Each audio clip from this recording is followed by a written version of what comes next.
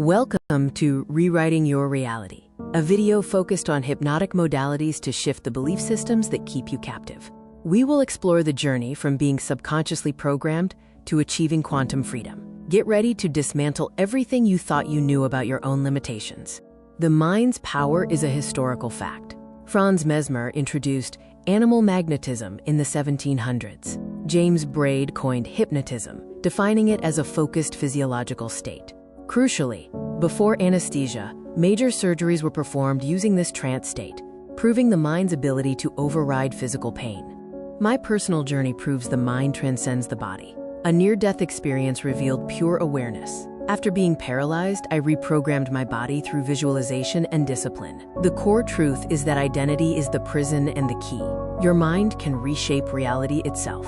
Unmasking the global hypnotic modality. Secret societies and governments. They understood the power of the trance state long ago and weaponized it to shape societal structures from the shadows. Corporate hypnosis. Advertising and media use sophisticated neuro-linguistic programming, NLP, to obscure reality and shift your belief systems without your consent. The ultimate goal, to control the narrative, consumption, and consciousness of the masses, turning individuals into predictable units of a manufactured paradigm. They are the masters of the hypnotic modality. The first element of global hypnotic modality is authority, manufactured to establish psychological inferiority. Uniforms, robes, and controlled environments trigger unquestioning obedience. When you look up to an authority, your critical factor is lowered, accepting suggestions as absolute truth. The uniform is the first induction. The second element is translogic, a self-contained system logical only within its own framework. This creates a closed loop of reasoning. A doctrine establishes ultimate authority, turning rules into absolute truths. The paradigm acts as a perceptual filter, making external manipulation feel like internal conviction. The third element is overload, creating an intense, rapid-fire experience that bypasses the conscious mind. Techniques include sensory saturation, emotional triggers, and message overload. This forces the subject to feel something profound, anchoring the belief without rational scrutiny. The heart accepts what the head has no time to question. The grand illusion is when you become your own hypnotist. Division keeps us fighting each other, distracting us from the masters of the modality. They use filtered evidence to make you doubt your power. The ultimate control is when you self-hypnotize with their suggestions. I am not enough. This is the self-hypnosis of suffering. The quick release uses the Sedona method to clear emotional debris. Emotional baggage is just something you are holding on to. You can drop it using these 4 questions. Could I let this feeling go? Would I let this feeling go? When? Answer: now. Repeat until you feel a tangible shift in your state. The reframe shifts meaning and reality. Change the meaning you attach to an event, and you change your emotional response. Content reframing actively searches for the positive intent or hidden benefit. Failure is just data and feedback. A block is a stepping stone. Change the question to change the destination. You are already in a trance. Self-hypnosis is choosing your own program. This is your new operating system. Use a simple countdown to enter a deep state and plant empowering beliefs into your subconscious mind. Consistent practice rewrites your core identity, dissolving suffering and manifesting the quantum you. Are you ready to take your quantum leap? This exclusive transformation package offers the book 30 Days to the Quantum You, custom video masterclasses, and a personal Zoom session for deep work. Stop fighting the illusion and start rewriting your reality today.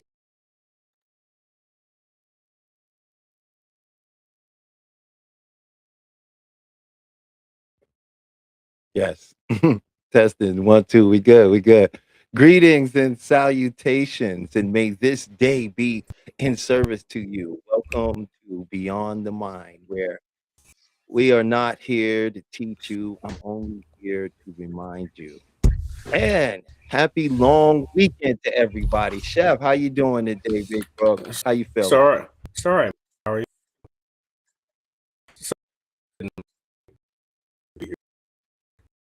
Yeah, and it was such a great show. We had people come in, from our other little social group with other fellow practicing therapists of hypnotherapy, maybe joining us and giving some of their insights into this wonderful topic we got today. But yeah, I think it's Um, going to be and, a really The technical issues aside, Talib, give me a moment. Let me fix my stuff here. No worries. I'll go ahead and let the people know what we're gonna be discussing today. So, what I really wanted to do, and go ahead and you can mute your mic, Chef. So oh, well, he's out of here for right now. But what I wanted to talk about today was East versus West medicine, the holistic aspect of the East versus the very systematic approach of the West. Do you find one to be better than the other, or is there a neutral ground between the two? Right. So I really wanted to open the floor up. So right from the beginning, I'm going to be opening the door up to people to come in and to talk about their opinions and feelings about East versus West. Uh, and until that time, we'll share some of our thoughts and opinions and also some of our uh, information from study and research into these particular fields. But yeah, that's what the show's about today. So Well, can I throw an example out there? sure. I have been seeing the same acupuncturist for about 20 years or more. And she has endured through all the other doctors of everything else I have ever had. She has been the most consistent. Because I get more of a complete service with my acupuncturist, because she doesn't only treat whatever the symptom may be, right? She also Hmm. treats your nervous system. She also will treat I have sinus problems. I'll go in and she gets to tell automatically I can't breathe correctly. Oh, boom, I'm treating your sinuses, it's just an automatic. And then she'll tell me, if I have stress, she'll tell me, "Oh, you have some stresses or something." I'm like, "Oh, really?" And she'll hit certain spots. Well, she'll just know. So, and overall, like after one visit, by the time that evening, I'm feeling like completely relaxed and better. I'm like, "Oh, okay. Whatever she did, it's working." Right now, you're talking to someone who's endured in the film business for 33 years, excuse me. And I've had a shit tons of injuries.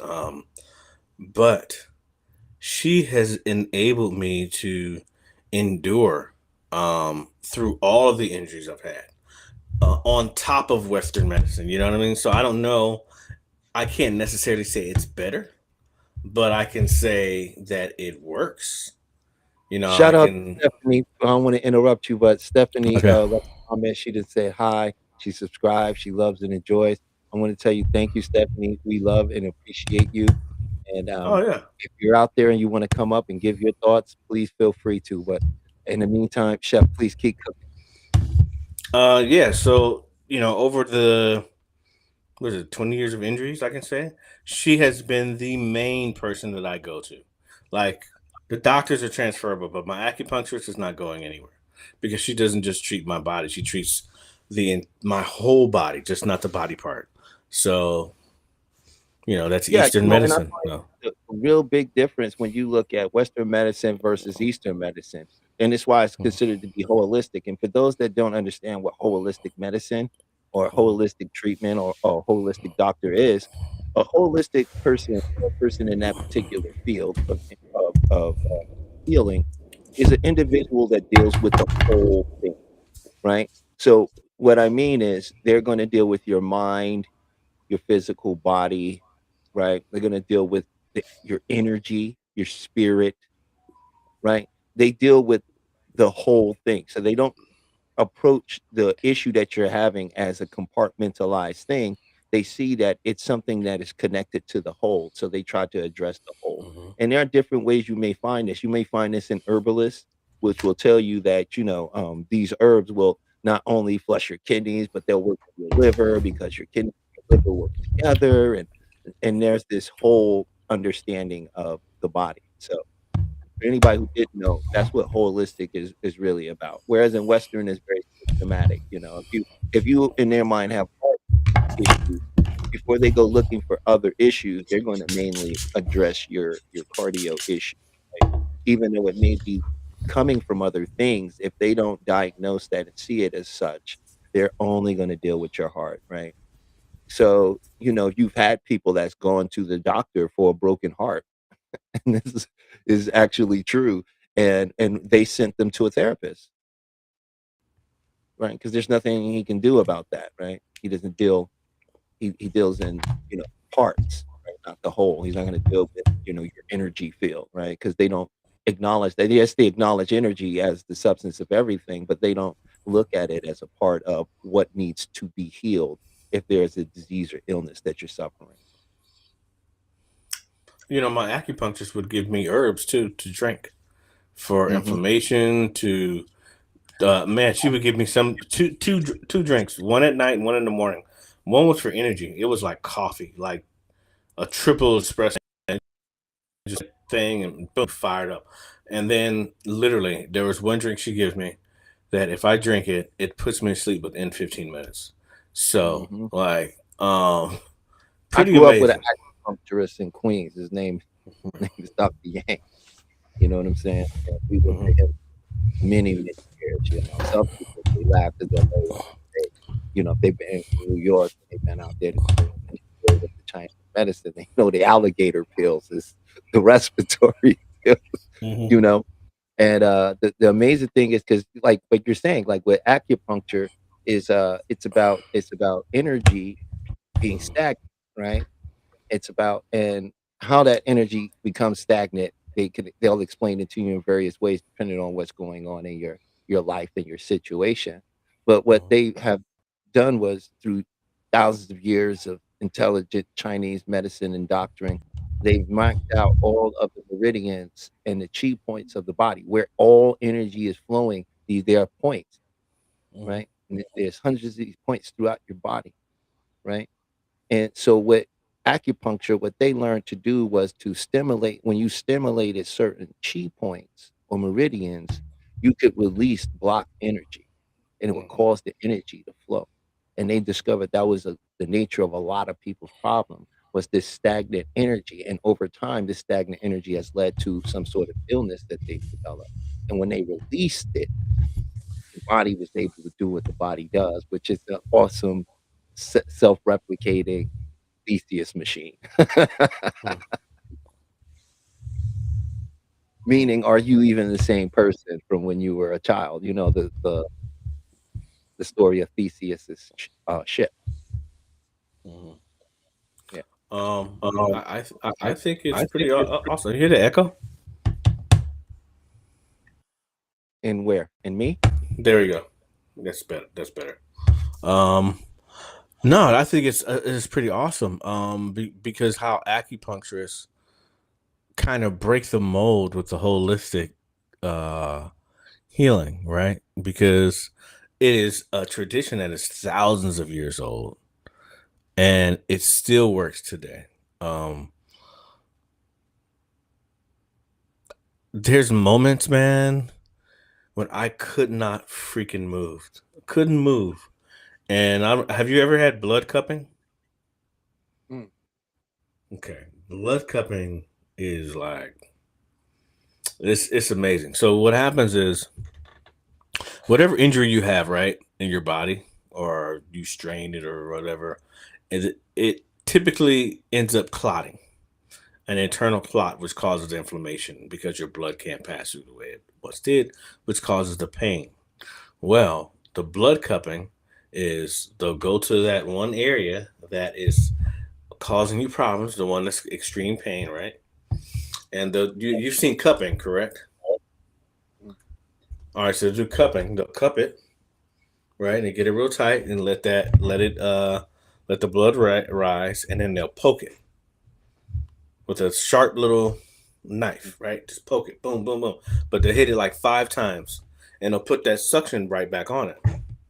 Well, what ends up happening is uh, throughout that time, that that all that clot starts to come out, and when they clean it up, it looks like almost like it's coagulated blood. It's like liver. It looks like a liver, and you'll realize, like, literally, once it's released, dude, the pain is gone. It's really amazing, and it's something that Western doctors do not do.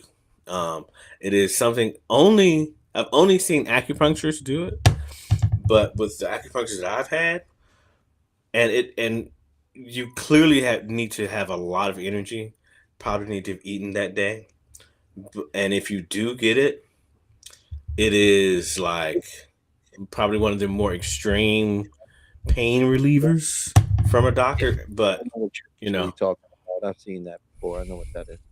I'm yeah, familiar. but it helped me tremendously. So, but that's holistic. The acupuncturist would be considered a doctor, like a real doctor today. That was the doctor, right? Because Well, if today if it you give have you more. herbs, You do have more Chinese acupuncturists that went and got their medical degree as doctors, so yeah, they can offer yes, acupuncture as well. yeah, So, it's become way more popular over here than it used to be. You know, yeah. it was considered before like functional food. People didn't really believe sticking needles in your head or your body was Mm, going to actually heal anything. But the beautiful mm, thing is that we're at this point now where this mind body connection is being mm. more respected within Western diaspora. You know, uh, that's what I'm finding. Like because when you look at okay, so I'm really glad that you brought that up because what came from that was the EFT, right? We know that EFT directly came from acupuncture,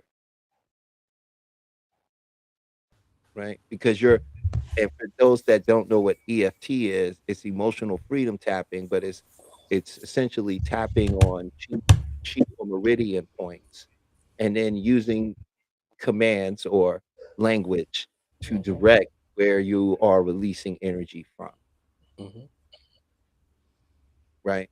There is a scientific study to show that it works, but it is also still falls under the category of pseudoscience because quite frankly, I feel like Western medicine is except for those who are truly in this for medicine and healing but as a corporate thing, it doesn't really benefit to heal somebody, right? And have them completely done. Whereas in Eastern medicine is really trying to get to the core of your issue, but most importantly, make give you restore that sense of wholeness as a being, opposed to as a person with a medical issue. Would you agree with that? We can't hear you. Your mic is muted or something. Sorry about that. I'm having some getting over my technical difficulty today. It's been a minute, a little rusty. Hey, Um, brother, you've been having one of those days, man. It's okay. It had to come for you, man. It's been going it's so okay. great. It had to come for you, right? It's okay. It's okay. I'm down for it. I'm down for the ride. Um, my question, and I think this is like seeing how just the world is today.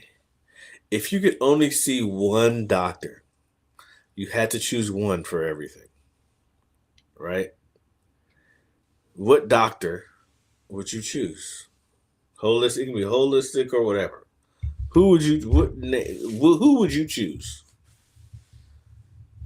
Who would I What kind of choose? doctor? Yeah, what kind of doctor would you choose? Chiropractor, general practitioner. No, I don't know. I think, well, for me personally, who I would choose is I'm going to choose like somebody I mentioned earlier, someone who is a acupuncturist and an alternative resource, Medicine doctor. but also went to school to get the medical doctrine so that they can understand when You it's don't have time that to use. choice. You don't have that choice. It's one or the other. Well, I don't have the choice. It's Because America. that's not the choice. That's not the choice. The choice is this or that. Well, under those circumstances, Western, yes, under those we're going to choose. circumstances. Well, most of us will choose from our experience, right? And so I'm going to choose from my experience, right? And my experience has not always been a positive one with Western medicine, right? So, and a lot of the things that saved me has been through holistic means, right? So naturally, I'm going to choose the holistic doctor over the Western doctor, and that depends on like what I'm dealing with. Did you ever catch But if COVID? you put it into this black and white term like this, and Mhm. so that I respect the questions. I want to stay within the parameters of it. Out of you know what I mean. So I'm just saying did you ever catch COVID? no. Okay, I caught it. It was horrible. When I did catch it, the only thing that fixed me was holistic medicine. Mm. So, I mean, because it was so no one really knew what we were doing. No one really knew what was going on. I resorted to what were my weaknesses. My weaknesses were I had a constant mucus. I had a respiratory infection. I had bronchitis, asthma, all that stuff dealing with the chest.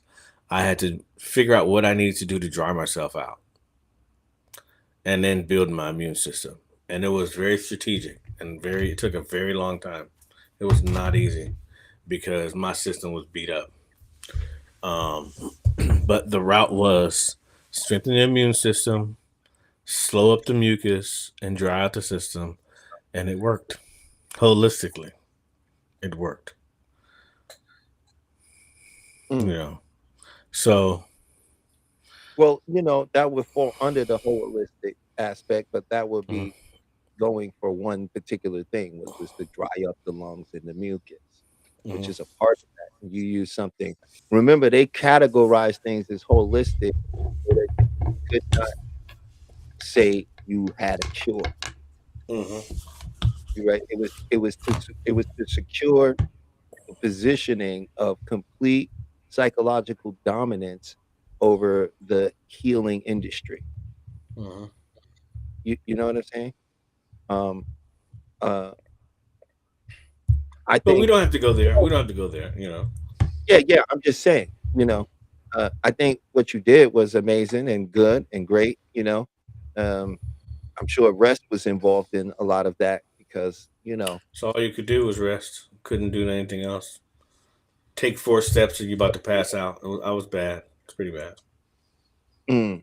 Um, Well, Western medicine is the one that lets you know you had it, right? right? Yeah, the thing is, okay, this is we're gonna take it old school, right? When you used to get a sprained knee in the 80s, because we're about the same age, right? Sprained knee. What would you do with your sprained knee besides ice? What would your mom do or your grandmother do? Right? They would go take a brown paper bag, right? Heat up some apple cider vinegar. Put that brown paper bag in that apple cider vinegar and then wrap your leg with it to open up the pores so that vinegar could go inside the pores to decrease the swelling, right? Do you remember did you ever do that? Any of your family ever do that for you? Nah, Never. Have you ever heard of that? nope. Okay. I So sprained my ankles in every finger like at least twice a week because I played a lot of basketball. That's an old school Southern thing, right? Now, I don't know who invented that, but that shit worked, right? No doctor was going to tell you to do that. But it worked. Yeah, specifically the brown paper bag and the vinegar. But cultural home remedies fall into that category, in my personal opinion, of the holistic market. You know what I mean? That's because when you start going into your family, if you have a family as such, and there are people that do, right? So with those type of people that have that kind of connection in family, grandmothers and stuff.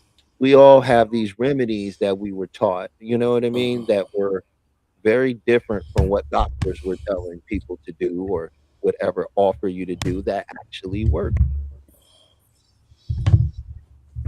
You know?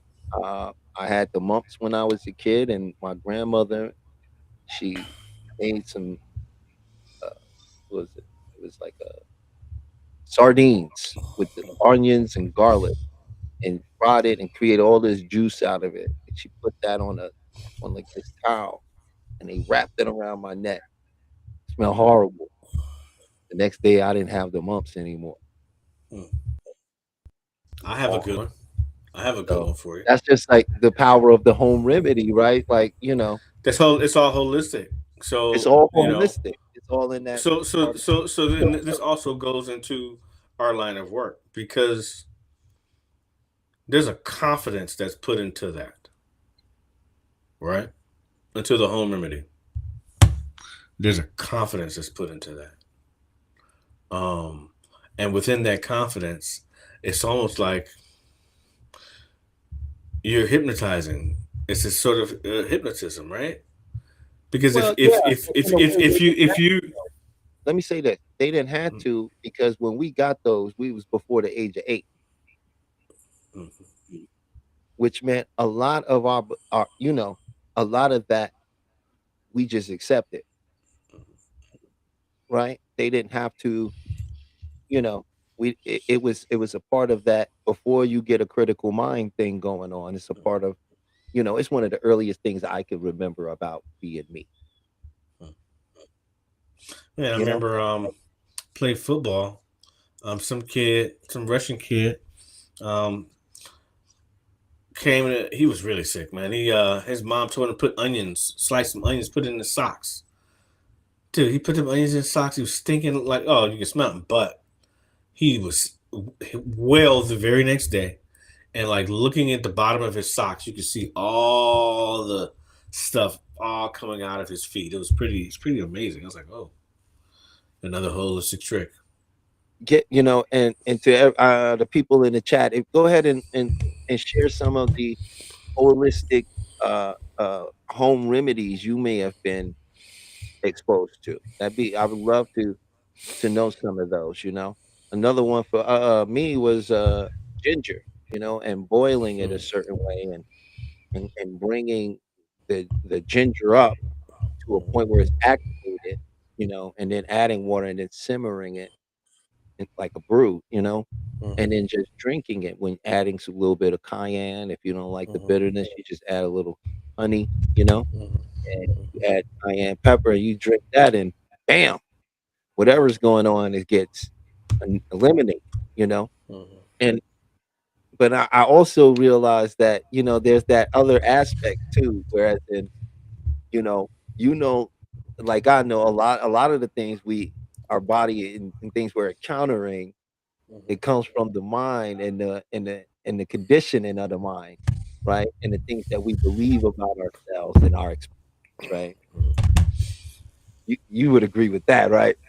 Yeah, I have a client, and maybe we could bring this up. I'm not going to say, obviously not say any names for the protection of my client, but there's other issues. Well, I'm not necessarily concerned about the other issues.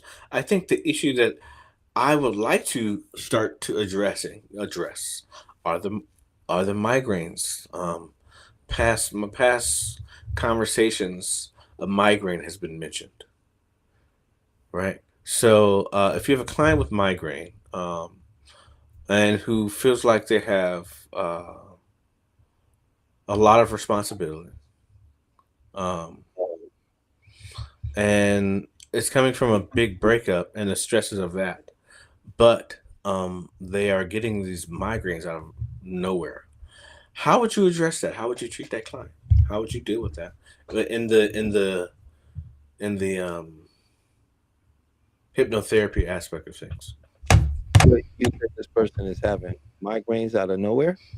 Yeah, just Yeah, start having just start having. because I was thinking about a program, but I was like, you know what? Let me say this. Let me Bring say it this. up. Let me bring Yeah, it up.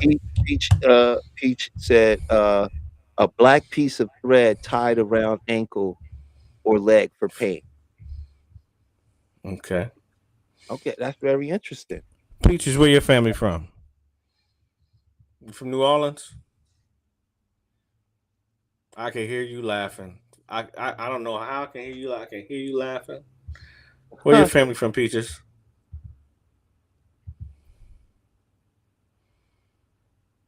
I'm sure she'll put it in the chat. Okay. South Another Carolina thing. in Yeah, the house. I got a lot of family. Shout out to the Dunlaps and South Lums of Carolina. South Okay. Carolina. All right. So I know for sure you know that what you're talking about. That is not going to be contested. So Mhm, I'm going to just mhm. nod my head and agree with that and take that in the Here's in the the note thing. library. I'm gonna tell you, if someone when that it comes to me and telling me they just start suffering from migraines, they don't have a history of it, Mm-hmm. right? I'm gonna tell them to go see a doctor Mm-hmm. because onset headaches out of nowhere Uh-huh. is one a sign of tumors. That's a, you can look that up, Uh-huh. and it can be something that is overlooked. Uh-huh. I lost a friend as a child when I grew up in Parkchester, and he had an aneurysm on the basketball court Mm-hmm. because he had something going on that you see what I'm saying? Oh, that's I, I'm nothing. I'm I'm glad you mentioned that, but that is not the case. She's already gone to the doctor. But finish your story because what you're saying is very important. Yeah. Uh, and he passed away Mm-hmm. because he had an issue that they thought was nothing. Uh, I had someone very close to me. He passed away a couple of years ago from an ulcer, Mm-hmm. and he didn't know it was that bad, you know? And Peach had made a statement about change diet for headache. And headaches could also come from low blood sugar, Mm-hmm. which here's another little interesting fact that might interest a lot of people to know. You know, blood sugar is one of the major causes for anxiety. It is one of the major causes for phobias with anxiety, right? You don't know where you got Mm-hmm. it from. And I'll give you an example of that, right? Let's say this person they uh they come and get going to work, right? They had some coffee and a sugary donut, right?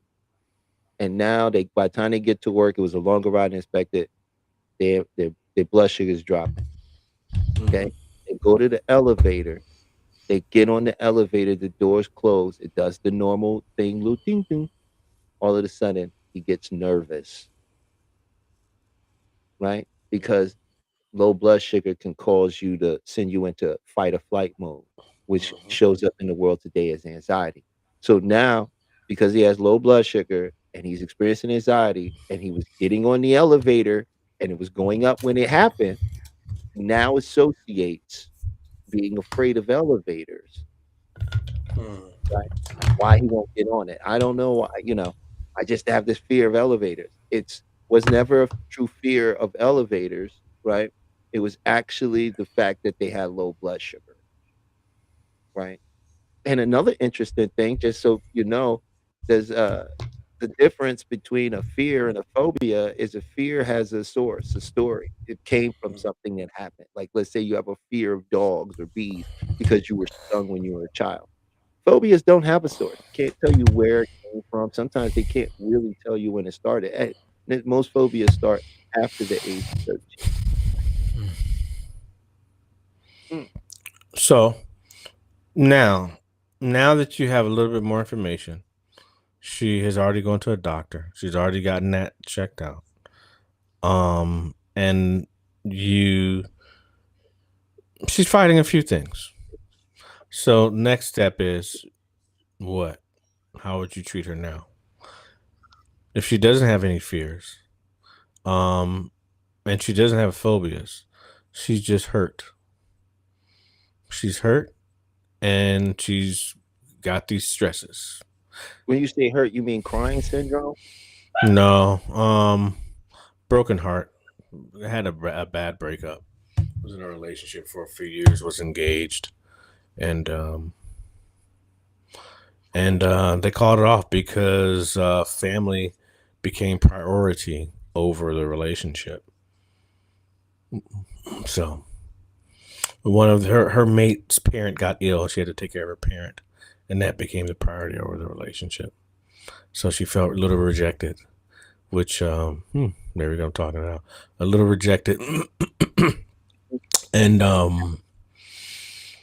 that kind of spiraled into something from her childhood. So And what does she want? What's her desired outcome? to be happy, get rid What of does her pain. Get rid of her pain. what does that look like? I don't know. There you go. That's the next. There you go. You got to find out what that looks like to her, right? Mhm. You have to understand what she's actually looking for, right? And what that would be like to her. And get her to use the language that she finds appropriate to what it would feel like, what it would be like, what it would look like. And then you're going to use imagery, and so of course you're going to use systematic, right? If it's just a couple of sessions, you would systematically, you just give the self suggestions. You feel what I mean? But put together a nice image, right? Have her protect her and her wiser, escort her on that journey, take her to that quiet place, that place of safety and security. Mm. Protectors. She's been with the pet protector. She's been through that journey. She's been through safety security. You asking me what I would do, though. You know, I'm been- not questioning what you've done.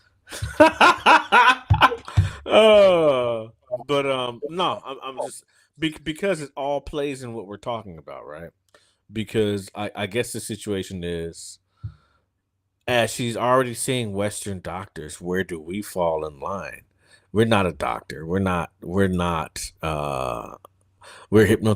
right? But we're into the health and wellness, into helping people feel better mode. But We're where to help people that are ready to make that journey, that want to make that journey, right? Where do we fit in line in this conversation? Really see the outcome. We should be able to guide them and help them get to the point of what they are trying to say to us, right? Through the right questioning, patience, rapport, right? Sensory acuity, and being able to just be in tune and touch with them and ask the right questions. Because to the audience, your life will never be better than the quality of your questions. Where do we fall in line in the Eastern versus Western medicine conversation? Are we right down the middle? And because I think we talked earlier, I was like, okay, who was the first hypnotist? But how did that happen? Like in the world, like who got hypnotized? Who was the first person? Did that stem from a concussion? Right? Did that? How did that? What happened? How did that? The whole evolution of that, like the very first person in the entire world. We can't fairly say that like just from a documentation point, we don't know what the very first man and woman was. Of course we don't. Just know from the point of the prefrontal cortex, right? From the point of consciousness where we are conscious, we are aware. This is where we know it from, right? Now, if we do it from there, we know that this came from the high priest, right? And these other individuals, right, that had the understanding of how the mind worked, the way they understood it during their time, right? So we know that the high priest and with the pharaohs, we know the rituals they did with them. We know it was hypnotism. Why? Because we know that they used the big three, right? And we know that they gave them suggestions. And we know that they went in one state, left in another state, and with a changed behavior. Right? So we know that the people that have been philosophizing or basically writing things down that we are basically saying is history, and these are the people that were aware of something about the mind, right?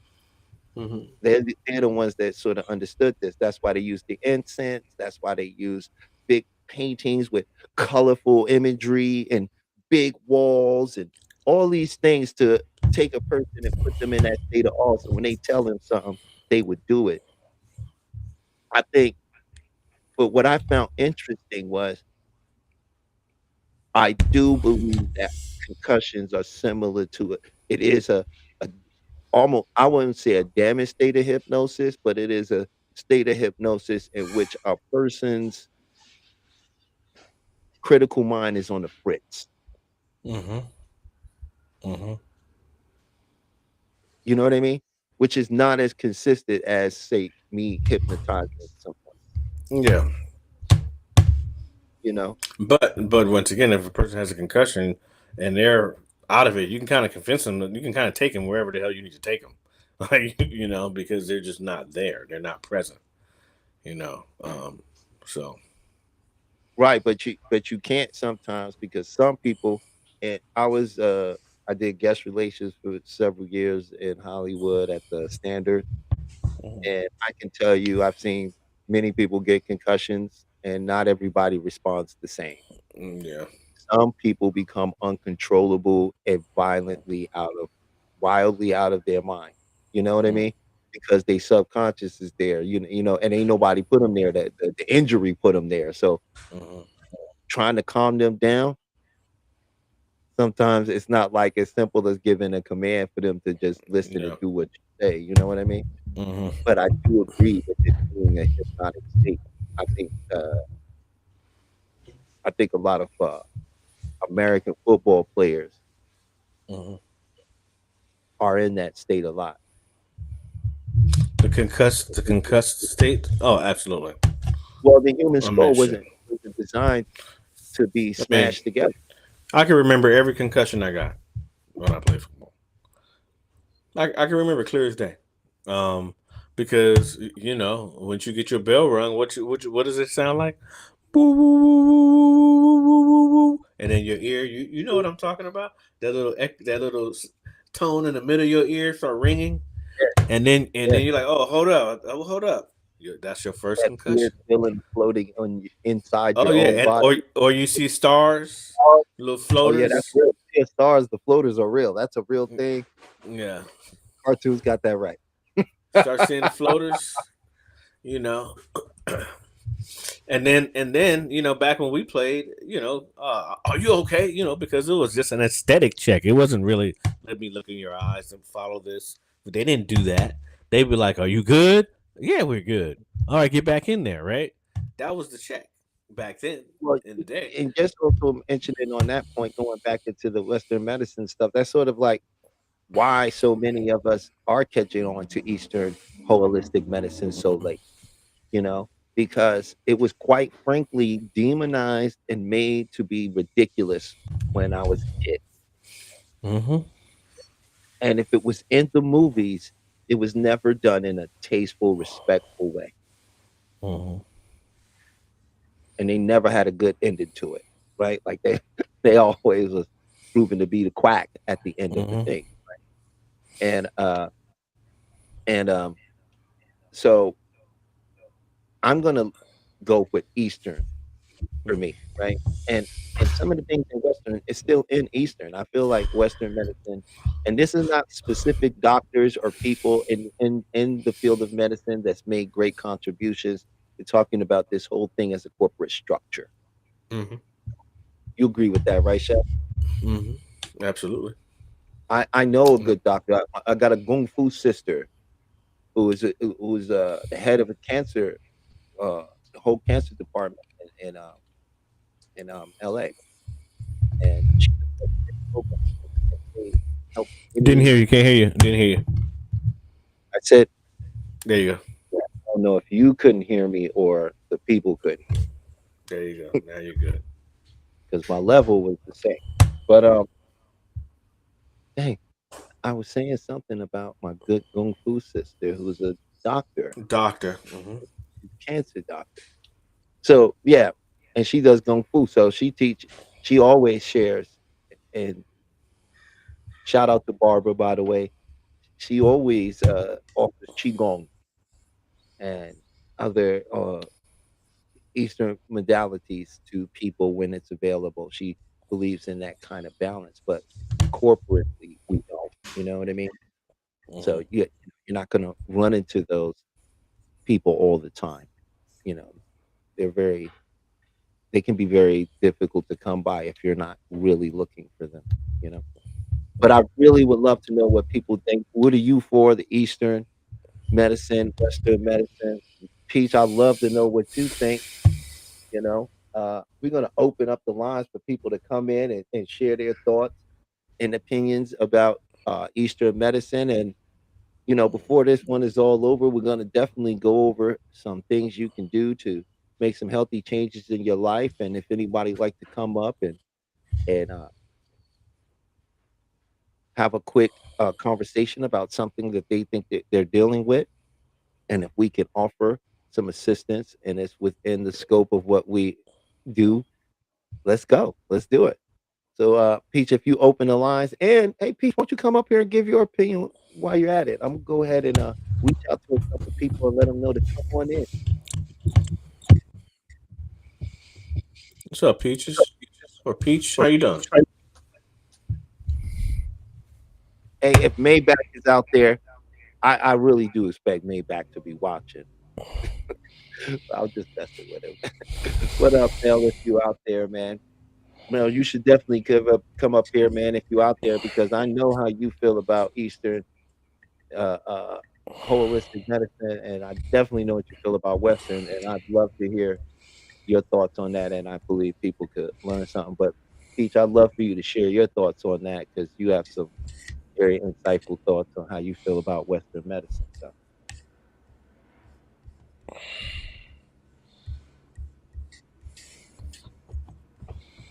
oh, you didn't give your feedback. What's your Who, mine? yeah? Oh, of the Eastern versus Western. Well, I always have to go with Eastern. Man, Eastern is much older. Western basically takes the same Eastern medicines and changes it and packages it at a pill and charges you an enormous amount for it on a concentrated level. I mean, so I think Eastern for me has it hands down Mm, because Eastern treats the overall body versus just the symptom. right.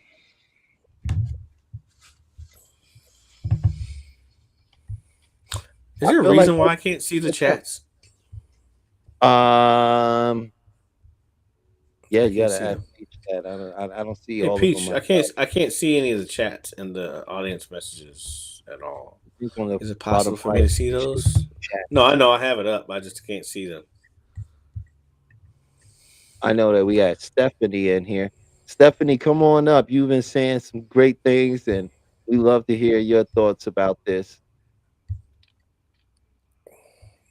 And I know that we are on multiple platforms and on, I believe it's TikTok and Instagram, and anybody from there that want to come in and get involved, please share your opinion. We got Sunchild 51. Are you talking about European when you Yeah, say yes? I'll be talking yeah. about Mm-hmm. Western medicine, which Just Western medicine.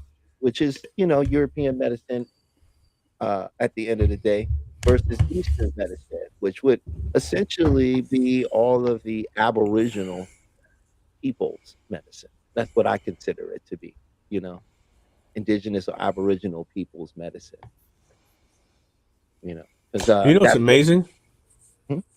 UCLA has a Eastern medicine department, and it literally takes a year, um, for you to be, or excuse me, 6 months, 6 to 8 months for to be on the waiting list to get into the Eastern medicine department. Isn't that wild? They have a waiting list to get into a department that they know is like everyone should have access to it, Right. but it's the hardest department to get access to. Well, I don't want to get too conspiratorial. You Well, you know what I'm saying. hit You on know what I'm something saying. that's real deep there, We man. don't need to go there, but you We just, know, I'm trying to keep it, but you still you trying to go beyond the mind. yeah, I'm trying to say things without having to say things. You know, I'm always riding that thin line of the.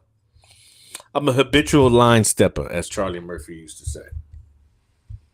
Oh, okay. You know, I'm a going through Kingy Daiji, man. So I'm a I just go with habitual the line flow, man. stepper, bro. You I'm know, just riding go that with like water, thin man. border, the thin non-existent border of a line. I'm riding it.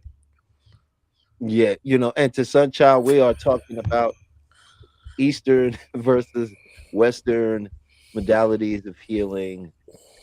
Which is better? Which do you think is better? What do you think is better, Sunchild? What do you would you say Eastern, holistic, right? Or would you say Western, or do you think both of them are necessary and they both have a place in making us well?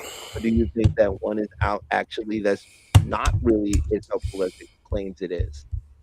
And the things that it does do aren't things that the Eastern modalities were incapable of doing in the first place. Now, I think some people would argue that certain illnesses that are incurable are better treated under Western medicine, but I don't think there's a bunch of with the way I understand how they do statistics and lay things out, it's a thin line there, man. It's a really thin line. So I'm really not 100% convinced that uh, like Western medicine has some answer that Eastern medicine doesn't. And I think some people out there would use the Big C as an example, but I think that oh wait, we got taking photos.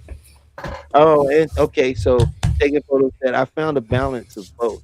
However, the great wise wisdom of Eastern and the technical capability that are being discovered. Okay, I like that. Mhm. And Sunchild 51 said they both Have their have their purposes. and that's what I agree with. Like, you know, Mhm. I don't know if I'm going to necessarily go to an acupuncturist if I break my leg.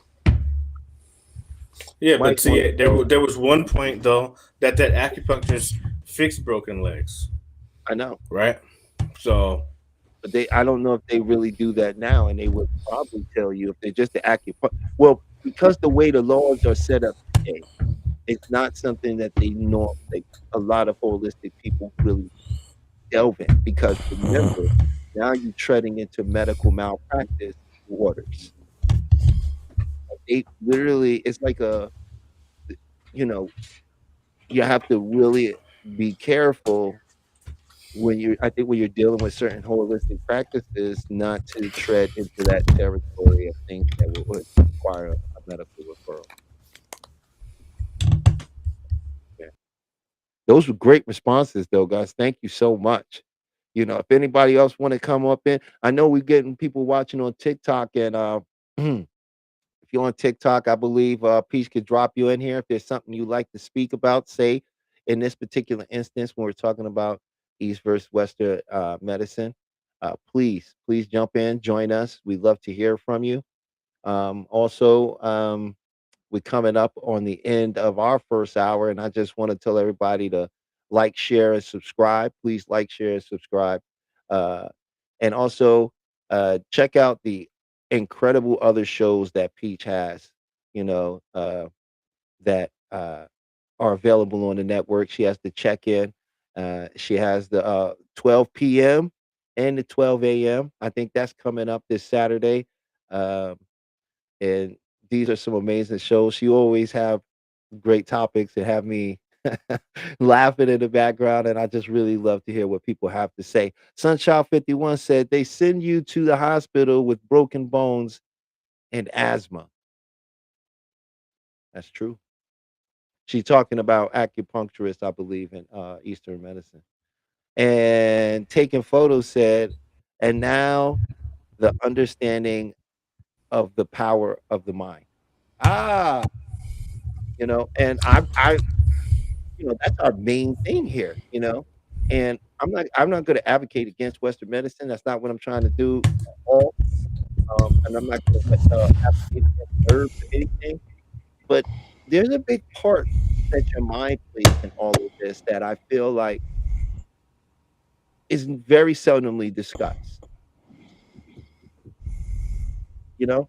and I think that's something that's very important. Like, we need to maybe dig a little bit into the fact that there's something called body syndrome.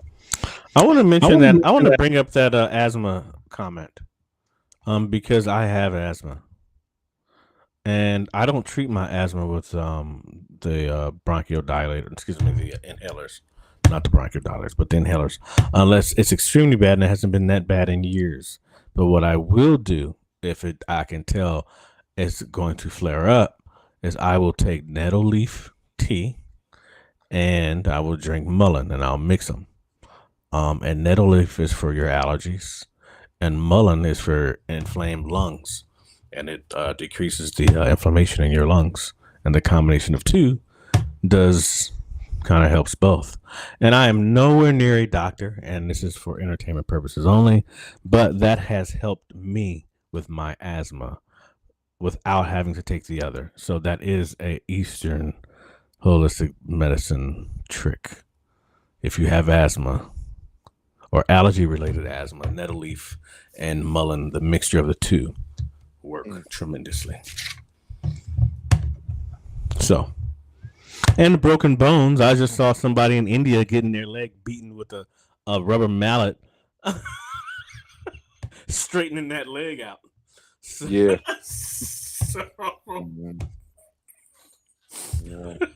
I mean, I think their point was that they send you to No, I know.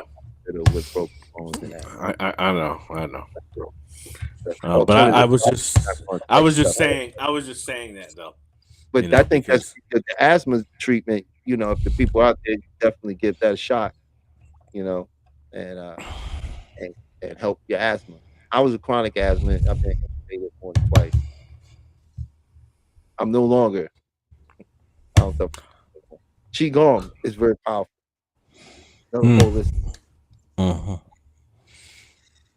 I had surgery. I used saliva method and pictured the best case scenario. Oh, the silver method. Oh, there we go. Silver method. There we go. What surgery did you have? What surgery did you have taking photos? Or if you don't mind commenting. Oh, what up, Maybach? He is here. I knew it. Look at the smile, bro. I'm very happy to see you, brother. Peace, King. Hey, now I'm speaking to Maybach this way, guys. Peace, King. What's Maybach? You got to jump in here and give your opinion, man. You don't have to turn your camera. Absolutely. Absolutely. I agree with you, Sunchild 51. Go ahead. That's why they only treat the final injury. They don't treat the actual the root of the issue. They'll treat the final cause or the final problem of the issue. Right? Mm-hmm. Yeah, asthma is a beast, man. It's all about figuring out what triggers it. And fortunately for me, it was my allergies that were triggering my asthma. So I had to figure out how to not trigger my allergies, or even if they are triggered, what is the combination that will affect them? And then once they are triggered and inflamed, what can I do to bring that down? And mullein leaf tea is amazing for your lungs. The thing under the Kaplan-Meier method, Dr. Kaplan, please look up Dr. Kappas, man. John Kappas, HMI. He spoke about asthma in one of the case conferences that I was researching, and he found that asthma is still a body syndrome, but when you can't express your emotions properly, when they were cut off, they weren't allowed to blossom a certain way, and we internalize our emotion, it goes to the chest because it's a part of the crying syndrome, and because we can't express it, it's why we tighten up. And here's the interesting about asthma for many years. People think it's because you can't breathe. No, no, no, no, no, no. You can't breathe out. Mm-hmm. With asthma, you can take a breath in. That's why you hear the wheezing. You go to breathe out, it's like breathing through a straw. Right? Because we're constricted. It's an emotional thing. And when I was little, a lot of it came from my environment and the way I grew up, and a lot of things that I didn't get a chance to deal with that probably, that should have been dealt with for me to be a well, healthy, adjusted child. That wasn't. And that's how it manifested itself in that body syndrome. I overcame it through Qigong, and I believe for a long time it was through Qigong I overcame it. But I really began to understand that it wasn't the Qigong, it was my peace of mind and my letting go, right? And because I did that, I was so much in that letting go and what I was finding through the Qigong, it was like, oh, I don't have asthma anymore. But that wasn't that. It was, you know what I mean? And I didn't understand that at the time until I, as I currently am still continuing my education, and learned these things about how we process body syndrome. So there's a lot of body syndrome. Also learn if you're an these athletes and you like playing basketball, but you're always twisting your ankle, and this has a lot to do with your. It has a lot to do with body syndrome, right? And I just find that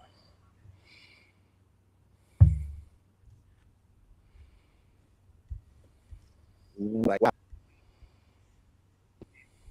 keep us safe will set up what appears to look like self-sabotage. That's what I'm saying. Wait. Before you go on, I just want to say Maybach said, oh, okay. He said, can't really not in good mood or good energy face. Mom's in hospital. Oh, brother. Hey, your mom's is in my prayers, in my thoughts for her swift, well recovery. Handle your business. I appreciate you even chiming in, and I'm very sorry to hear that, brother. Sending out good vibes to Maybach's mom. Yeah, sending out healing vibes and wonderful good vibes and healing energy to your mother. Yeah, man, interesting topic tonight. Because there's so many things that you like, that you know are great, like the X-ray, right? The MRI, right? The CAT scan. Those things are fantastic. Like, what will we do in modern era without those things right now? Right? Look at how many knee surgeries that have been saved just by having an MRI. Like, yeah, that's true. I mean, that's amazing. So, I mean, because look, back in the day, the average knee surgery, it would be a big ass line this long in someone's knee for MCL, ACL, anything. It didn't matter. It was a line this long from the bottom of your thigh to the top of your to the below your kneecap. Long line going across your knee. Now it's just 2 dots, 2 small dots for MCL. Right?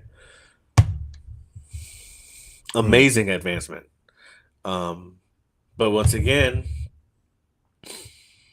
and I think the advancement, the tech are on the technical side, right?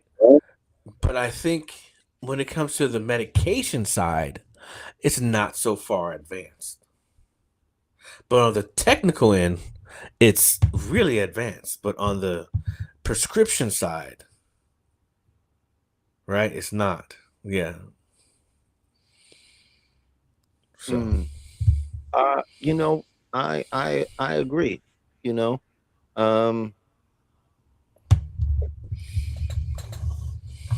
a lot of truth in that. Sunchild 51 said, however, they give up cancer. Take it. Photo said, healing vibes to me. Yeah, I mean, one thing that used to happen. Sorry about that. I didn't mean to talk over you.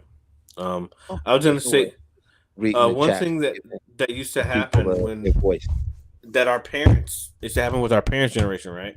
They would go to the hospital, and no matter the problem, they would give them an enema, and they would stay there till they passed whatever they passed, and then a lot of times people would go home because they knew how what the enema was doing. It was going to cleanse them and eliminate whatever the problem could be, right? Mm. How often do you think the average person in the states fasts a year or cleanse? Just does a cleanse, takes a diuretic, cleans their system once a year. How often? How often? Because we're supposed to cleanse once every 6 months. That's kind of how it's supposed to be. Once every 6 months, you're supposed to cleanse your body. So how often do you think the average person does it? Even once a year, maybe even. I would say that first of all, when you say fast, you mean just like actual I need to clean my gut fast, Yeah, and or detoxing where they yeah. do Detox drugs. fast. They all are in the same category. Detox I would fast say that for whatever.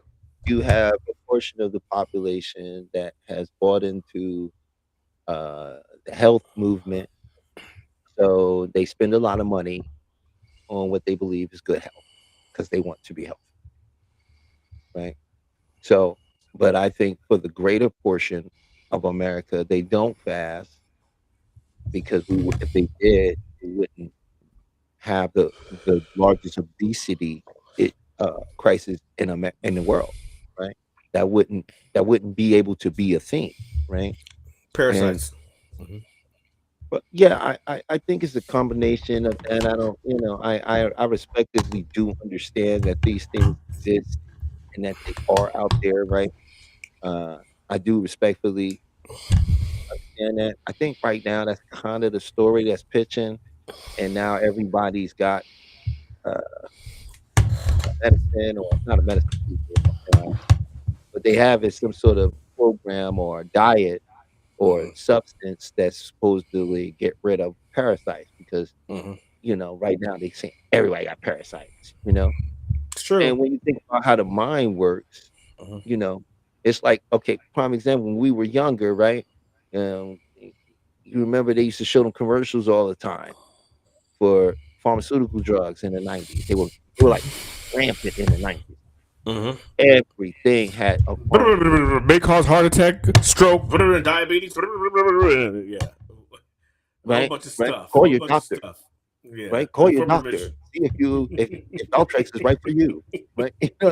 You, you, you know what I'm saying? And it's like, okay, it's sort of the same thing people are doing now, where they are just going, do is your gut swollen? That's parasites. Are you feeling tired? That's parasites. Like, first of all, these are symptoms of the body. These symptoms don't always tell you exactly what is wrong, right? They just tell you that something is wrong. That's a fact, right? And what are symptoms? Here, we all have them. They are basic.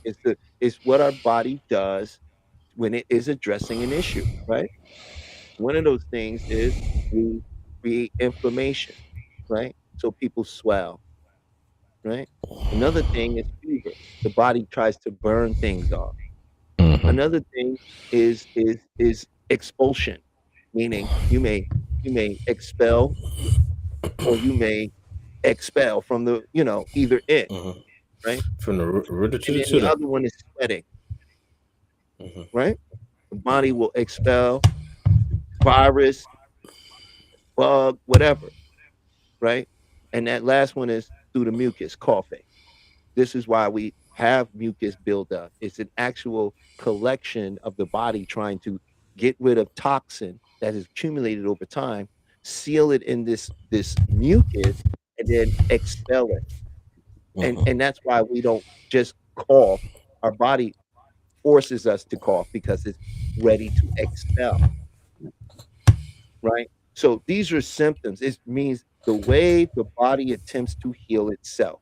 So when my body attempts to heal itself, it doesn't mean I have this thing. means something's going on.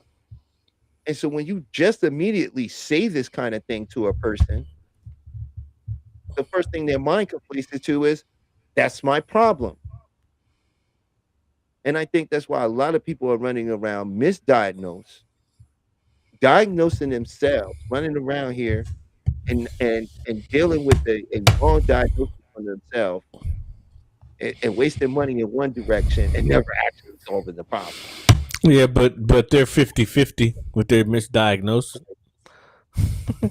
I mean, you're either they're just as correct as the doctor.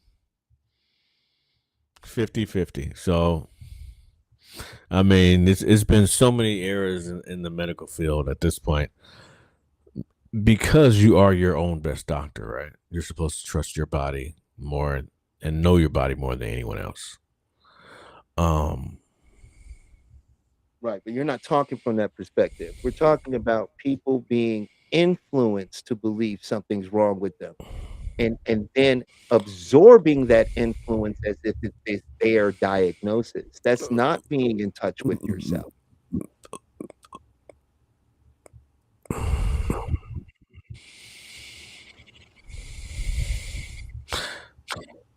I understand where you're going, but you can still be influenced, or you can still be in touch with your body, and still be influenced at the same time. I don't disagree with that either, Okay. right? But we're talking about a positive influence versus an influence that may not have your best interest in mind, but their profit. Right? Just like those pharmaceutical commercials. After people that have the problem, some of them came in and created the problem in their own mind, right? Some actually had the problem though. And so it did. That's 50-50. Right. The issue is the ideology and the social behavioral transformation that's occurring behind the ideology. You see what I'm saying?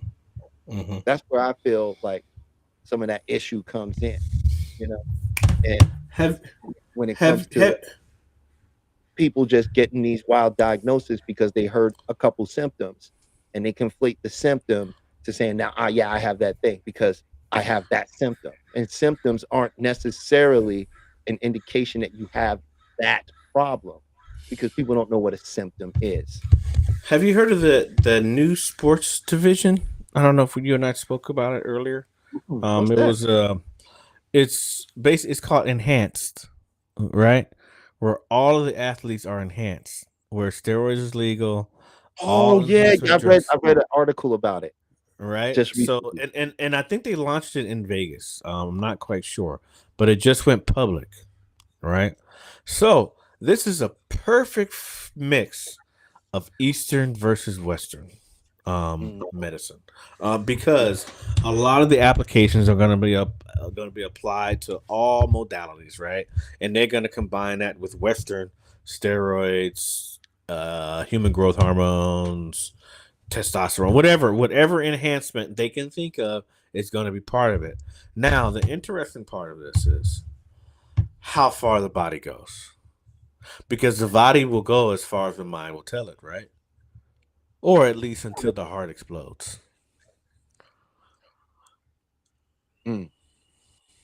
So I think this is a perfect example of what we're talking about. When it manifests, after it manifests, we'll be like, oh, this is a great example. And then we can actually compare some of the things. We will. But I'm also curious, because we start talking about this sports enhancement, like how much stronger and faster they're going to be than the normal person who's not enhanced. They're not normal people, but to the athlete who's not enhanced, is that going to diminish the quality of sports that's being put out in the future, right? Because if you have these performers performing at this high level, even though they're on drugs, but at this high level, and then you have these other that are trying to perform at that level, but have been above these people for so long, what happens to them? what happens to them, the natural people, the people that are doing it right? Because the people want to see the freaks, right? So, I mean, are we calling them? That's what we calling them now? I mean, excuse my language, but it's a show, correct? And Tyler, I have an emergency. I'm going to turn my camera off quickly, but I'm here and I can hear everything you're saying. Okay. Oh, okay. I guess he had the real emergency where he couldn't finish the point. Oh, okay. Hey. So I personally, from what he was saying, is I agree to a certain degree. I'm in the feel good business. Listen, guys, if you don't know that much about me, my name is Talib. I have a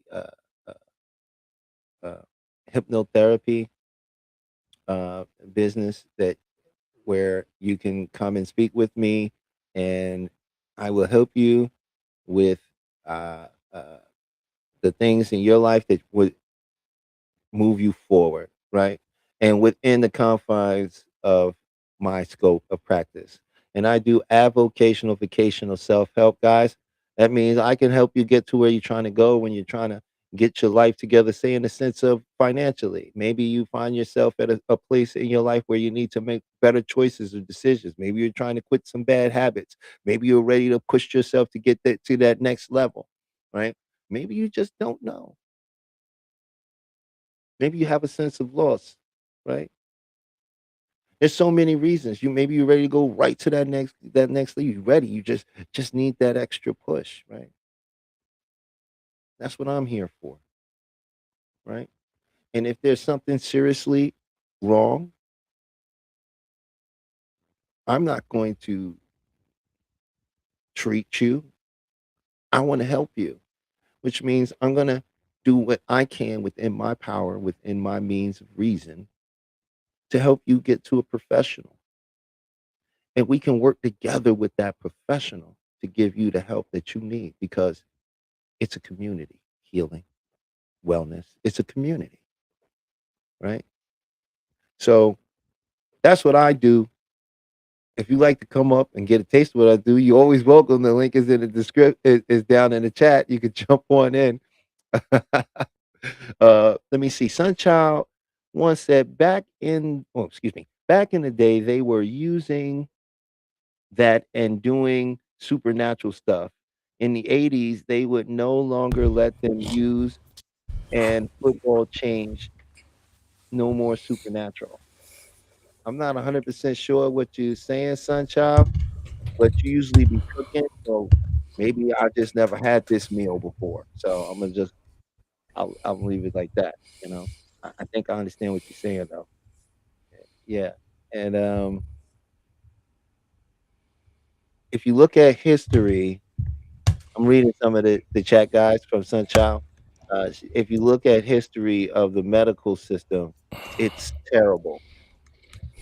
When you look at the history of the medical system in America and throughout Europe, it was pretty dark how we got to where we are. We didn't get there easily, you know. And I would never get in a time machine and go back. Okay, now I'd only go forward.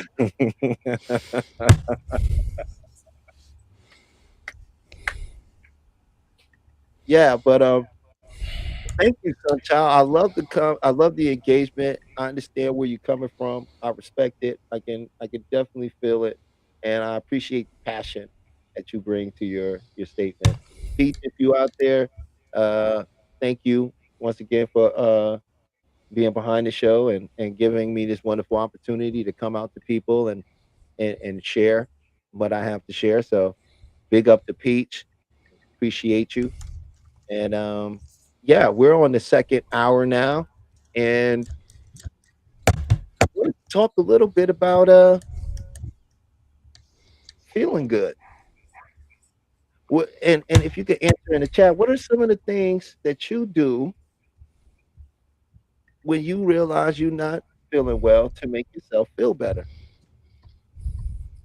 Me? Well, I'm gonna let you go ahead and take it away in a second about that. But I was asking the chat. to chime in. Well, let them add to this, but I will start off because I think what I do works for me, and I can't necessarily say it works for everyone else. When for let's say anxiety or something when my nervous system is out of pocket, what I do emotional feeling technique, EFT, which is a tapping, and then I'll say my statement until it's cleared. And if that doesn't work, whatever my problem may be, I will imagine my problem, but I will put it in the form of a cloud and I'll assign it to a cloud. And I imagine my cloud floating away. And whatever that problem is, that's within that cloud. And if it gets higher and higher and floats away and gets higher and higher. And then by the time I look up and that cloud is gone and the problem has subsided, that's one of the ways that I get rid of my ongoing issue. But the EFT and then the tapping, or I'll meditate, and or do Reiki, self Reiki, which Mm, is awesome because that it will clear whatever problem you may have and unblock your chakras. So that's what I do. let's see. We got taking photos. Say they do the Sedona and EFT. I know you do that. There you go. That's that magic right there. And Sunshine says, I listen. And unblock your chakras. So that's what I do. Let's see. We got taking thing. They used to say that you've heard the saying that listening to classical music can make you smart, help you study better, creates better focus. Well, I'm gonna tell you that is not true. That is not true. Any music that you like and you listen to actually helps with your learning and focus. Absolutely. So, parents out there, if you listening and you got kids and you should be listening to Beethoven or Vivaldi. No, go ahead and let them put on this Playboy Cardi. Let them, let them. Why you study it though, right? I personally feel like the lyrics in these music is terrible, and why would you want to affirmate yourself into that world? But at the same time, if a person is focused and they are in that trance type state where they're doing something, that will not distract them. It'll only bring more attention and focus to what they're doing. So, parents out there, I'm here to let you know, letting your kid listen to music will improve their homework, right? It'll improve how much they do their work, how quickly they're able to get through the work. When you make them sit there quietly and in the silence, and it does not necessarily promote learning. So there you go. That's a nice little fact. So yeah, and Sunchild says, oh no, that's what Sunchild said about the music. And Take a Photo said, music is A good a one, good Sunchild. one. Yeah, Sunchild. Yeah, it is. It is. Yeah. So I love that. I love the self Reiki. That sounds amazing. The Um, album, the yeah. album that I put on anytime I get stressed, is my go-to album, is Miles Davis Sketches of Spain. That is Mm, my go-to. If I got a problem, I'm putting that shit on, man. I'm like, okay, we're gonna figure this one out. And it's just simple. It's not his most complicated music, but it's beautiful. And it really it gets me to the place where I can reach whatever I need to. Um, mm, and it's always good for us to have that, right? You got to have that. Where can I go when I need to tap out for a moment? Because we all tap out. We just need to know where we can go to tap out. mm. So, Yeah, some people they don't really tap out; they fall out. hmm. you Hmm. know, they keep going and going and going. So that's really interesting. What I like to do uh, when I'm upset or bothered or in that particular energy. Well, my particular thing is from the Sedona, and what I do is I allow myself to feel as bothered or irritated or whatever the emotion is as I do, right? And then I allow myself to feel as open and free as I do. And I go back and forth because you can't focus on the two things. And sometimes that energy is a story. It becomes very stagnant inside of us, right? And it's a story. We don't realize it's energy, right? Because it appears to us as stories, right? But when you go and allow yourself to go into that negative, and go ahead and just let it be there, and then allow yourself to just feel as free as you do at that moment. Might be just a little bit, whatever it is, allow it to be, and you go back and forth, and you'll see it just breaks it all up, breaks it all up. Then the story, right? Another thing I like to do is bring myself back into the moment. You know, I might Mhm. notice that my feet are on the ground and what that feels like and what my feet feel like inside of my shoes, you know? And I'll bring myself to this awareness of the moment, right? And the emotion is not really in the moment, it's somewhere else. It's fighting for the attention of the moment. And when I can relinquish that, then boom, I'm back to my sunny, chippery self because that's the natural state of me, you know?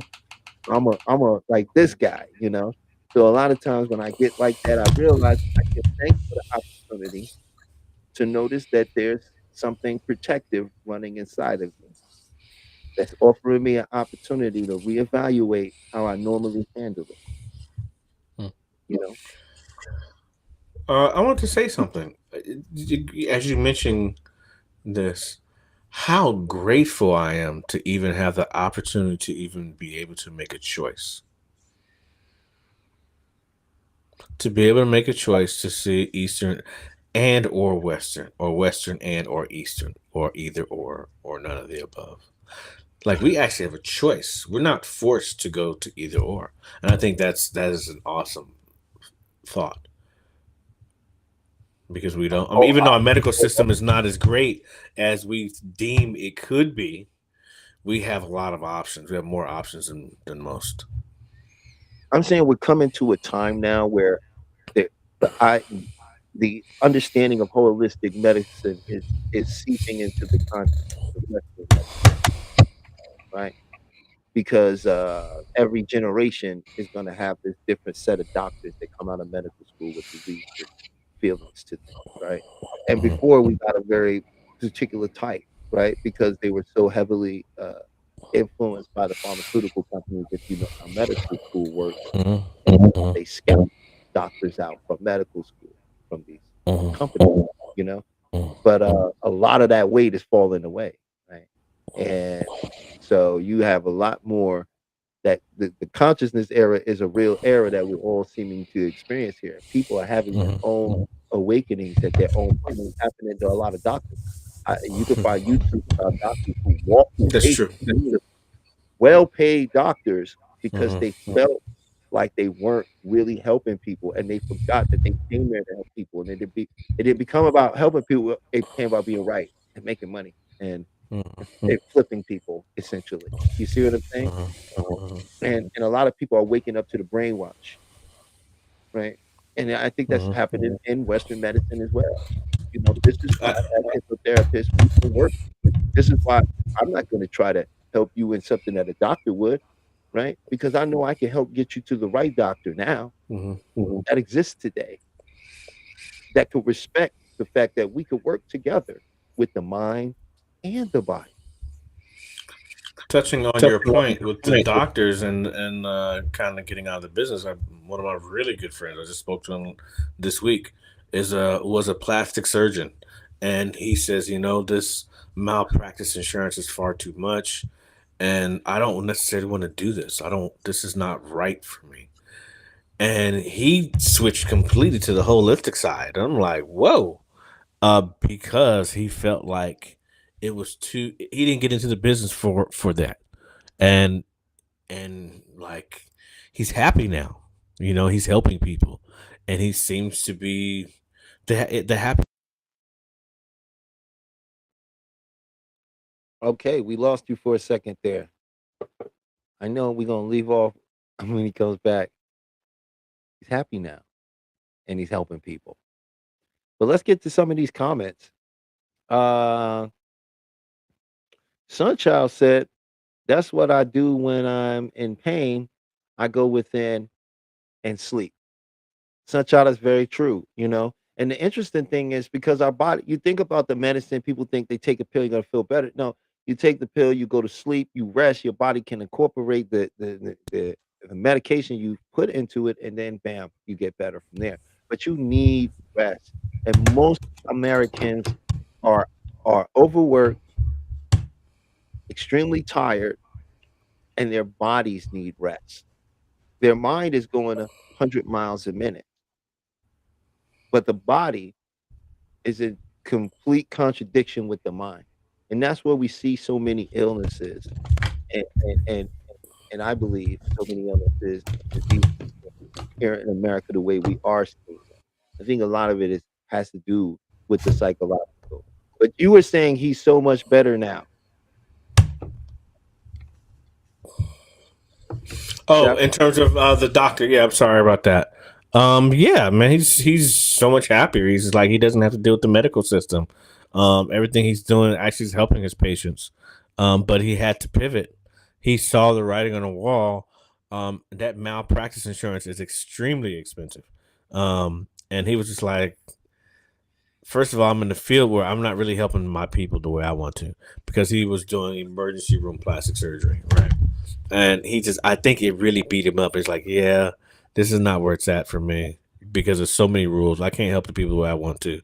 I want to actually help. And since he's been doing that, he's like really happy.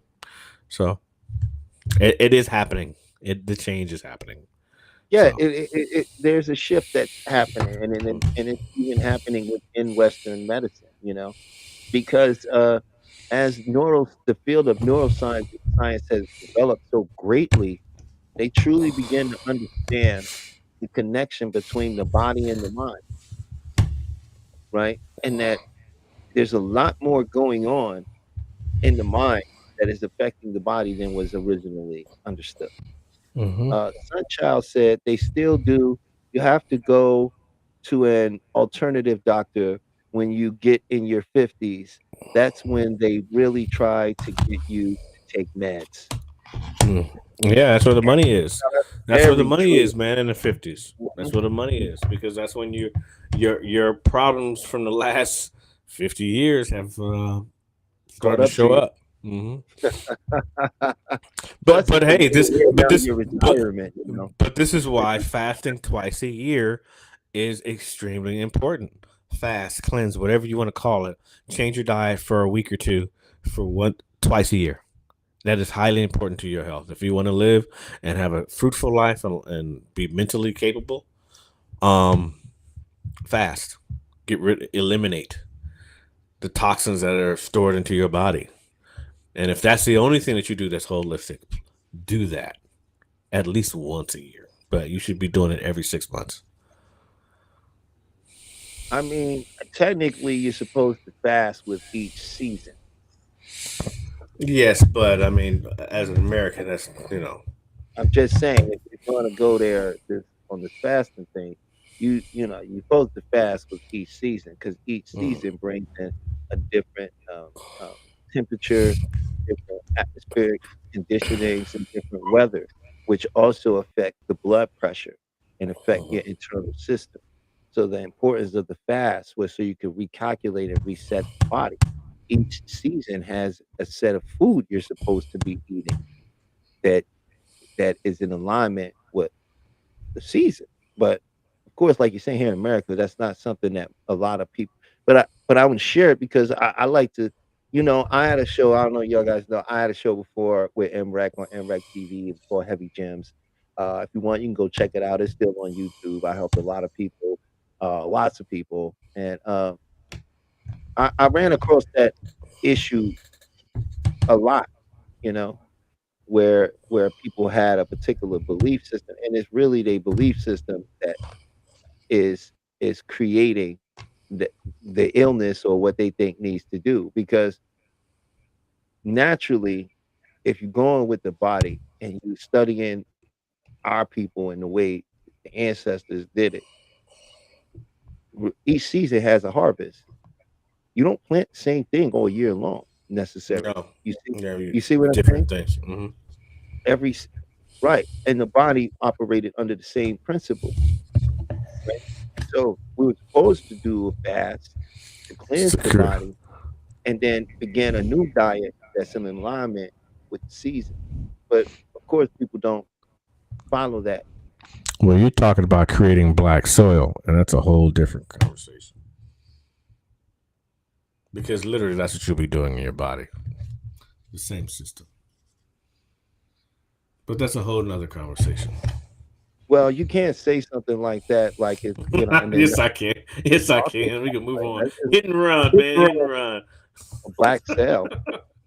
I said black soil. Black soil. This is the whole system and how we used to do our soil. You plant certain things, certain seasons to get the highest alkaline and Yeah, on the soil, you're right. yeah, in the soil. But essentially, that's what we're talking about doing to ourselves. It's the same Right. system. And I'm saying, Right. like, we can't really, well, you can. I don't want to say what people can't because the whole point on the show was that people would come in and I was being told, people don't understand this. They're not going to understand what you're talking about. They don't get it. That's too far.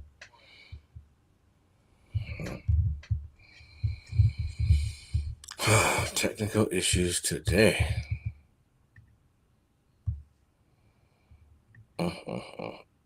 We are really giving me. Need to know this kind of thing. I had it with people in a certain way because, and quite often, more often than not, people would chime in, call in, and they would say things like, I was thinking that, or, I remember hearing that before, or something along those lines that it would bring back this remembrance of this information and how true it was, But I find that when you work on your mind and you learn that happiness is a contract you make with yourself. It's a contract you write with yourself. Now you might write this contract to say,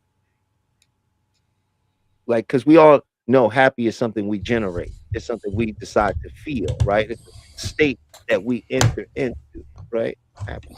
Right? Now, a lot of us, what we do, and why we can't be happy is because we'll do things like this. Well, we'll create this contract with ourselves that says, well, I can't allow myself to be happy until I receive A, B, or C. I'm not going to be happy till I get the perfect relationship. I'm not going to be happy until I get the money I want. I'm not going to really be happy till I get the success that I want. Right? That's the contract. You see what I'm saying? And now they live in this contract. So all the good things that could make them happy, things that could actually live in the moment in, they don't even register. Can't be registered because it doesn't adhere to the contract that they wrote. Right? This is a part of aging you, breaking your body down, wearing yourself out before your time, making these emotional contracts with yourself to have physical things that will only result in an internal experience.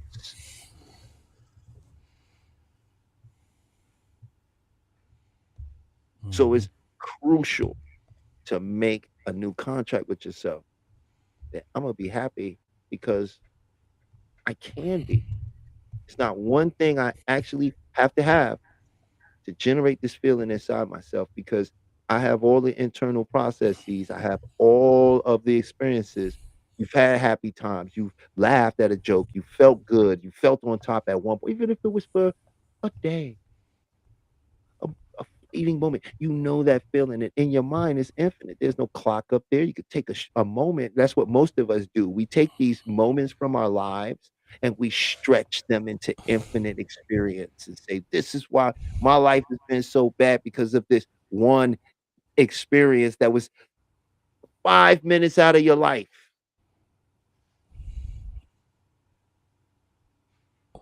It ages you. It causes the body to break. It keeps us right there where we feel we need to be. Keeps our story alive. Some of us is woken up to that, and we want to change it. Not sure. That's why I'm here. That's why Chef is here. Because you can change your story. You're not gonna just do it on a verbal conscious level. You're going to do it on a deep knowing.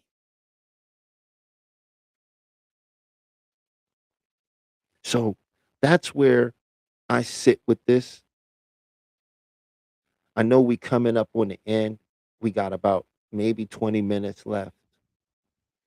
And I just wanted to let everybody know the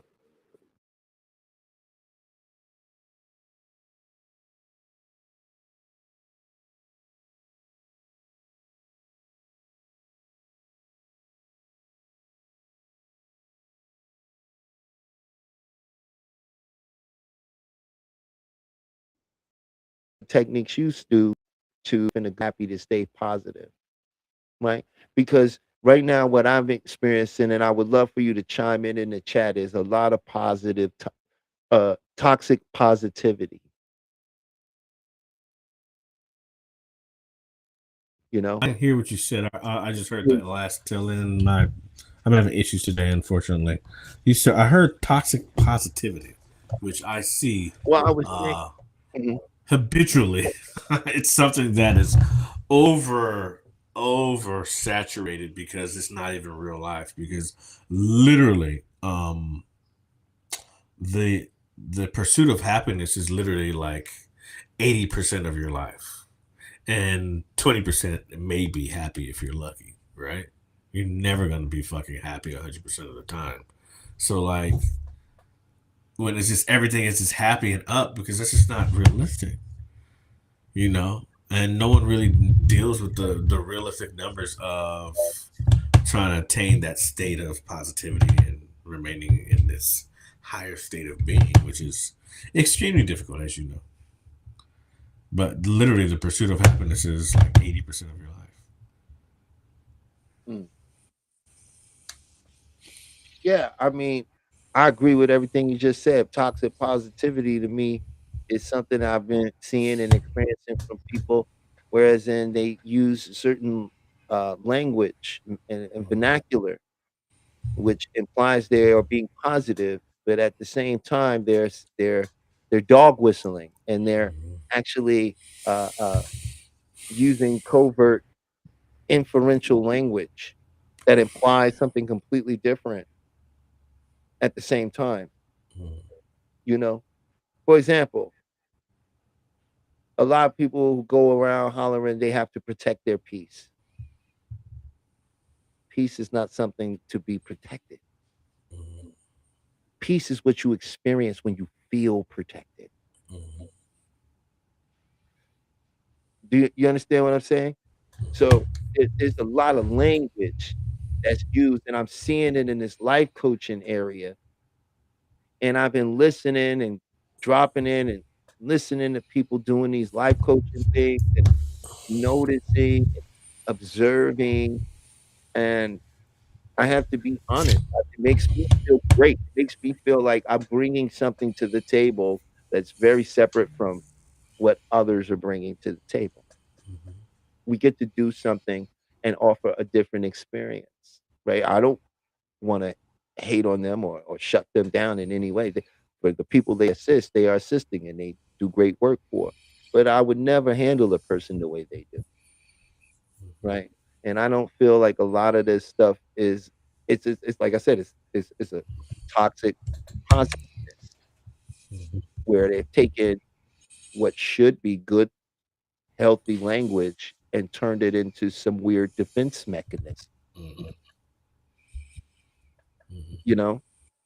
And so yeah, that's wild. What do you think about Man, I just know when I had to face my shadow side, there was no talk of flipping it. There was just facing it and surviving. Because something I never done. that I needed to recognize and implement within my own personal life. So all of those parts were necessary parts for me to go through. And there was no manipulation of my language because it could not be manipulated because I had to face myself. Right? Because if you're truly facing yourself, there is no, I mean, you can't heal a lie, right? That's what we're told. You cannot heal a lie. So if you're manipulating yourself, then you're lying to yourself. Therefore, you are not healing yourself.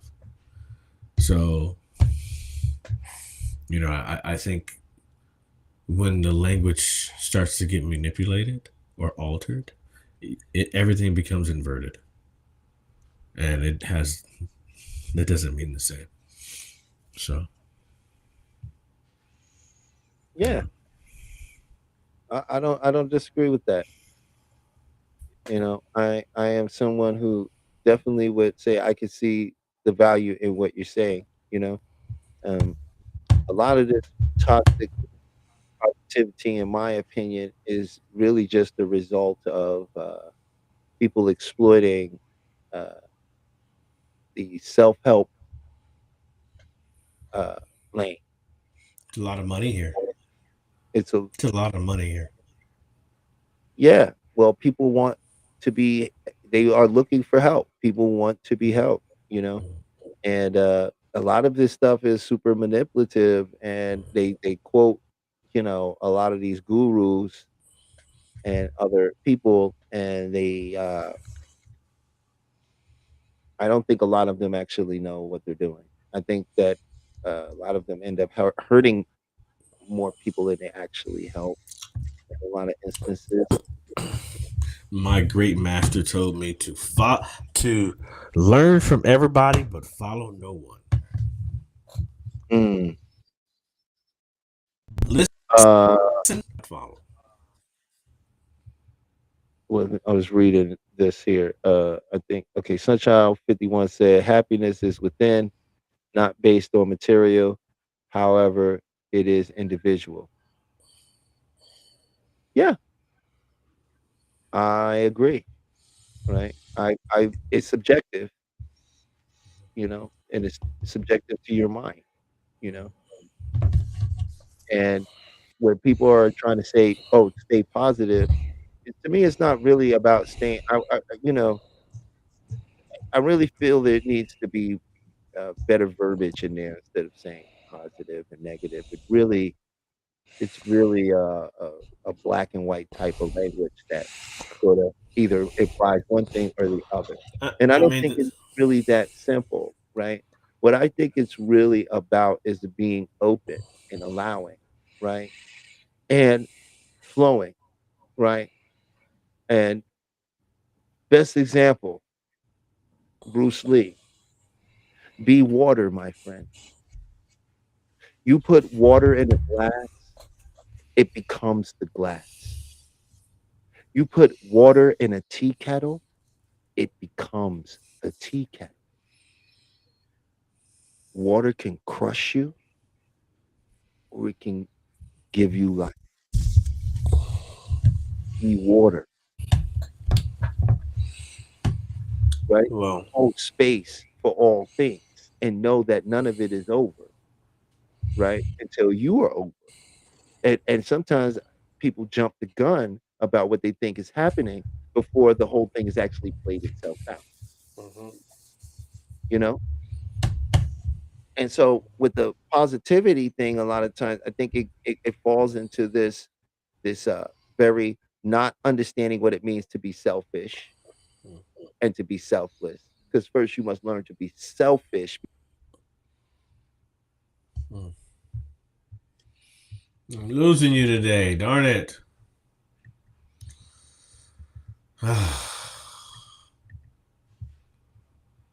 This is the worst today.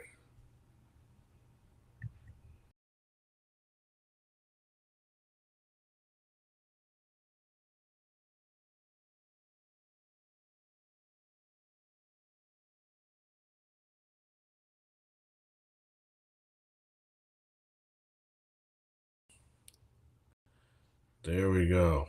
Finally back on.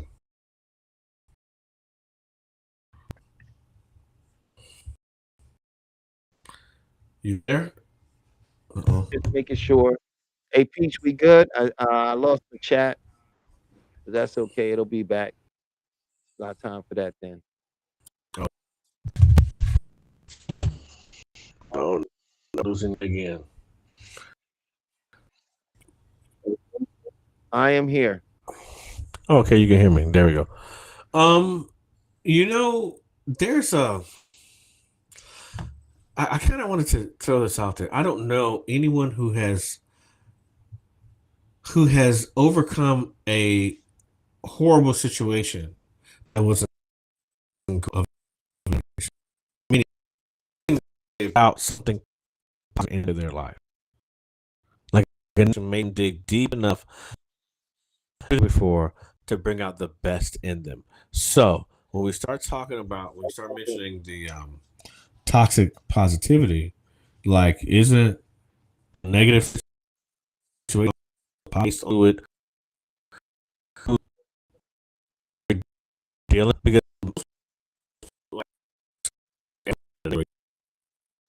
they are doing everything they can to get themselves out of it. So that negative situation brought on something positive. So how can we not? You understand what I'm Well, yeah. Well, people, when I said my point is when we're in the moment, we can't see. We haven't let the whole story play out yet. We are already framing it as something that we think. Whereas in this actually just a moment of time in a longer story to unfold. And when we begin to understand that we don't know how the story is going to unfold, we can look at it and be more open and allowing to what we might be framing negative. Because what makes it negative, right? Oh, I don't have any control over it. It makes me feel a certain way, right? It led me to an outcome I didn't want. This is what makes something negative.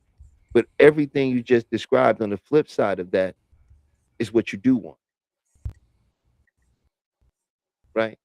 So sometimes a negative, what they call a negative experience, is a clarifying experience,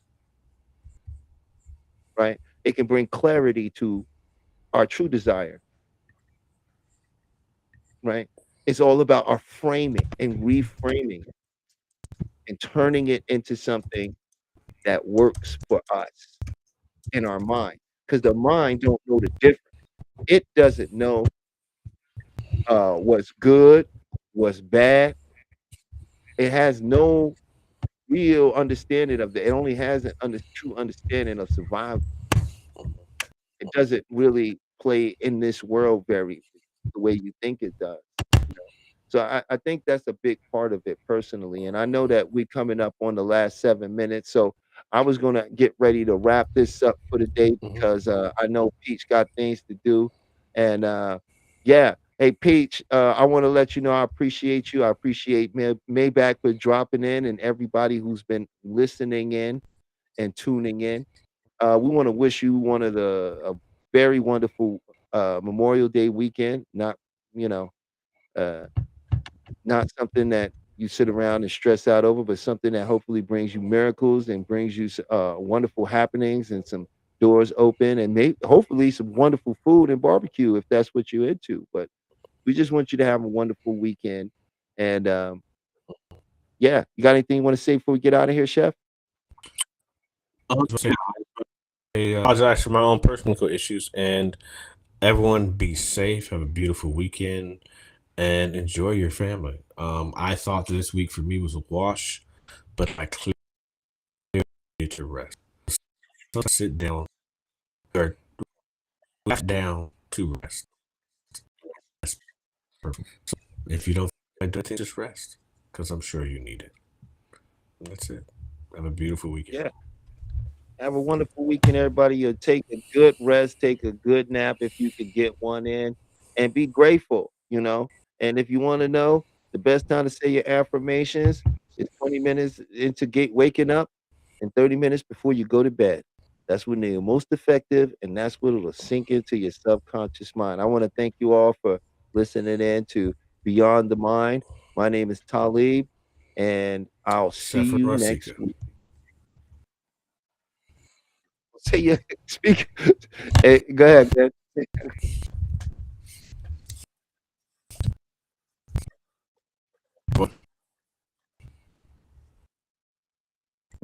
Welcome to Rewriting Your Reality, a video focused on hypnotic modalities to shift the belief systems that keep you captive. We will explore the journey from being subconsciously programmed to achieving quantum freedom. Get ready to dismantle everything you thought you knew about your own limitations. The mind's power is a historical fact. Franz Mesmer introduced animal magnetism in the 1700s. James Braid coined hypnotism, defining it as a focused physiological state. Crucially, before anesthesia, major surgeries were performed using this trance state, proving the mind's ability to override physical pain. My personal journey proves the mind transcends the body.